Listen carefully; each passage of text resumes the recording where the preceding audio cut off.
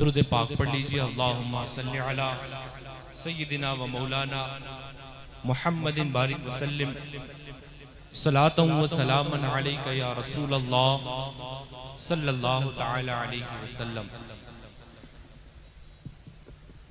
بہت زیادہ وقت نہ لے کر کے میں مختصر میں چند باتیں اور چند سوالات کے جو ہماری نوجوان نسل کی طرف سے کیے گئے ہیں ان کے جواب دے کر کے اپنے ان اکابرین کی موجودگی میں میں اپنا جگہ لے لوں گا۔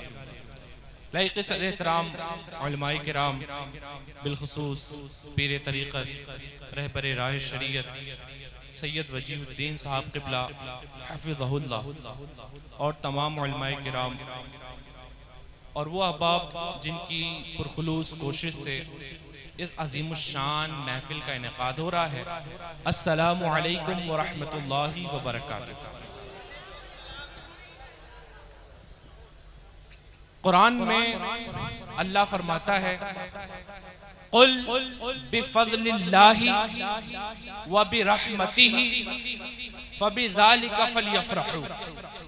اے نبی فرما دیجئے تم اللہ کے فضل کے ملنے اور اس کے رحمت کے ملنے پر خوشی منایا کرو۔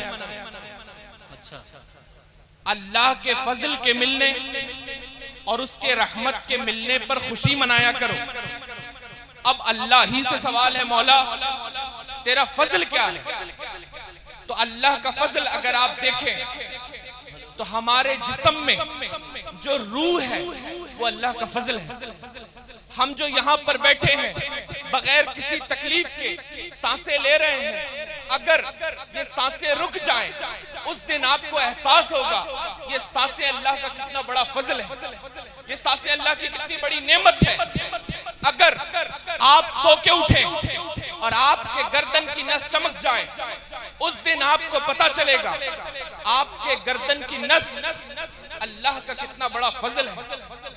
لیکن میں آپ کو مختصر میں بتانا چاہتا ہوں، اللہ نے آپ کے جسم میں بے شمار ایسے فضائل اور بے شمار ایسی چیزیں رکھی ہیں جن کے بغیر آپ ایک پل بھی نہیں رہ سکتے۔ اگر آپ کے رگوں میں دوڑنے والا خون تیز ہو جائے، بلڈ پریشر بڑھ جائے تو بھی آپ کو دقت ہے۔ اگر آپ کے جسم میں بہنے والا خون لو ہو جائے تب بھی آپ کو دقت ہے۔ بتانا یہ چاہتا ہوں میں، اللہ نے بے شمار فضل بے شمار کرم آپ پر فرمایا ہے، لیکن پورے قرآن میں الحمد سے والناس تک کوئی ایک آیت میں بھی کبھی اللہ نے احسان جتلایا نہیں۔ کبھی یہ نہیں کہا کہ میں نے تم پر یہ فضل کیا، یہ میرا احسان ہے، کہیں نہیں کہا۔ اتنے انعامات دیے، اتنا فضل کیا، اتنا کرم کیا، لیکن ایک آیت میں بھی یہ نہیں کہا کہ میں احسان جتلا رہا ہوں کہ میں نے تمہیں یہ دیا، کبھی نہیں کیا، سوائے ایک فضل کے، سوائے ایک کرم کے کہ اللہ نے احسان جتلایا ہے۔ اور وہ فضل کیا ہے؟ اللہ فرماتا ہے لَقَدْ مَنَّ اللَّهُ عَلَى الْمُؤْمِنِينَ إِذْ بَعَثَ فِيهِمْ رَسُولًا۔ اللہ کا مومنین پر سب سے بڑا فضل یہ ہوا ہے کہ اللہ نے اپنا محبوب بھیج دیا ہے۔ اللہ کا سب سے بڑا فضل میرے آقا صلی اللہ علیہ وسلم۔ اب سوال ہے اللہ کی رحمت کیا ہے؟ اللہ فرماتا ہے وَمَا أَرْسَلْنَاكَ إِلَّا رَحْمَةً لِلْعَالَمِينَ۔ اے محبوب ہم نے آپ کو ساری کائنات کے لیے رحمت بنا کے بھیجا۔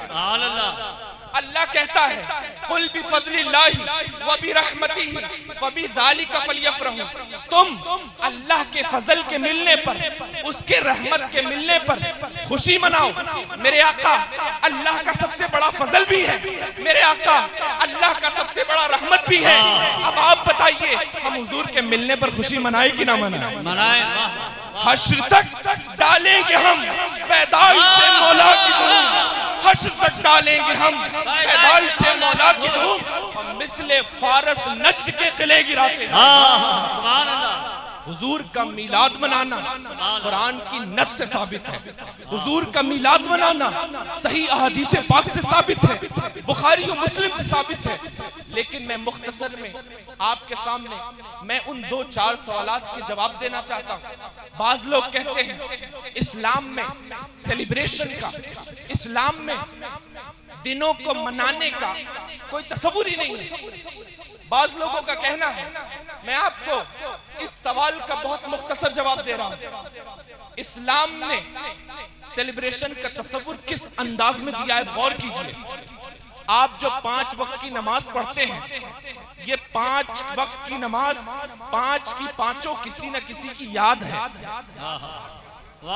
امام قسطلانی نے اس کو مواہب اللدنیہ میں نقل کیا۔ میں اگر ریفرنس بیان کروں گا تو تھوڑی سی تفصیل ہو جائے گی، میں مختصر میں اپنے موضوع پر آتا ہوں۔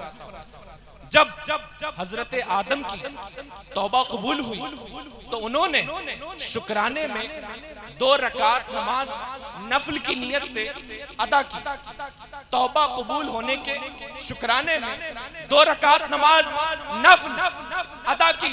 اللہ کو وہ 2 رکعت نماز نفل اتنا پسند آیا کہ اس امت پر فجر کی صورت میں اللہ نے اس کو فرض کر دیا۔ تو جب آپ فجر کی نماز پڑھتے ہیں تو آدم کی یاد منا رہے ہوتے ہیں۔ حضرت ابراہیم کی عمر 90 سال ہو گئی۔ 90 سال کی عمر میں اللہ نے فرمایا کہ میں تمہیں بیٹے سے نوازنے والا ہوں۔ انہوں نے عرض کیا مولا اب تو میری عمر 90 سال ہو گئی۔ اللہ نے 90 سال کی عمر میں ابراہیم علیہ السلام کو 2 بیٹے دیے۔ جب 2 صاحبزادے ملے تو اس کے شکرانے میں، بیٹے کی پیدائش کے شکرانے میں انہوں نے 4 رکعت نفل نماز کی نیت کی۔ وہ 4 رکعت بیٹے کی ولادت کی خوشی میں پڑھنا اللہ کو اتنا پسند آیا کہ اللہ نے اس امت پر ظہر کی صورت میں فرض کر دیا۔ سبحان اللہ۔ تو جب آپ ظہر پڑھتے ہیں تو آپ ابراہیم کے بیٹوں کی یاد منا رہے ہوتے ہیں۔ حضرت عزیر علیہ السلام 100 سال کے بعد واپس سے دنیا میں بھیجے گئے۔ 100 سال کے اٹھنے کے بعد انہوں نے شکرانے میں 4 رکعت نفل نماز پڑھی۔ اللہ کو وہ 4 رکعت نماز نفل پڑھنا اتنا پسند آیا کہ اللہ نے اس امت پر اس کو فرض کر دیا۔ تو جب آپ عصر پڑھتے ہیں تو عزیر کی یاد منا رہے ہیں۔ حضرت یونس علیہ السلام کا واقعہ آپ نے سنا، میں واقعہ نہیں بیان کر رہا ہوں۔ یونس علیہ السلام انتہائی بیمار تھے، آپ نے سنا ہے کہ جسم میں کیڑے پڑ گئے تھے۔ وہ حکمت تھی، وہ ایک تفصیلی کلام ہے۔ جب حضرت یونس صحتیاب ہو گئے اللہ کے فضل سے تو انہوں نے 4 رکعت نماز نفل کی نیت کی۔ تو بیماری سے صحتیابی کے بعد ویکنس اتنا زیادہ آ گیا تھا، کمزوری اتنی زیادہ آ گئی تھی کہ آپ تھک کے 3 میں بیٹھ گئے۔ وہ 3 رکعت یونس علیہ السلام کا صحتیابی کی خوشی میں پڑھنا اتنا پسند آیا کہ اللہ نے اس امت پر مغرب کی صورت میں فرض کر دیا۔ عشاء حضور کی وجہ سے فرض ہوئی۔ بتانا یہ چاہتا ہوں یہ 5 کی 5 نمازیں کسی نہ کسی کی یاد منا رہے ہوتے ہیں۔ تو یہ کیسے ہو سکتا ہے کہ اسلام میں تصور ہی نہیں ہے یاد منانے کا تصور ہی نہیں ہے۔ بس میں مختصر سی بات کر کے ایک